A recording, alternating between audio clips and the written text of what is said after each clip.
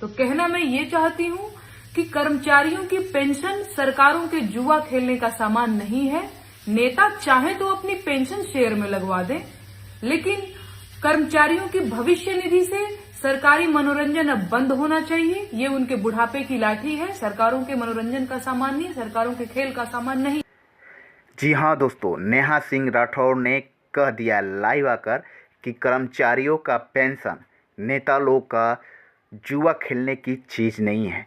अगर पेंशन को दांव पे लगाना है तो नेता लोग अपना पेंशन दांव पे लगा सकते हैं, क्योंकि कर्मचारी पेंशन के आधार पे ही ईमानदारी पूर्वक काम करते हैं।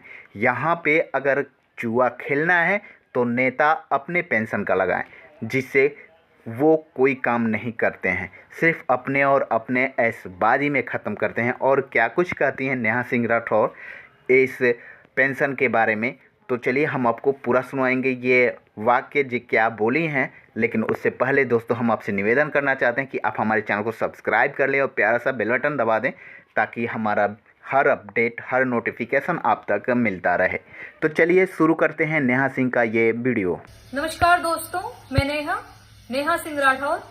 पुरानी पेंशन योजना जल्द से जल्द सभी राज्यों और विभागों में बहाल की जानी चाहिए।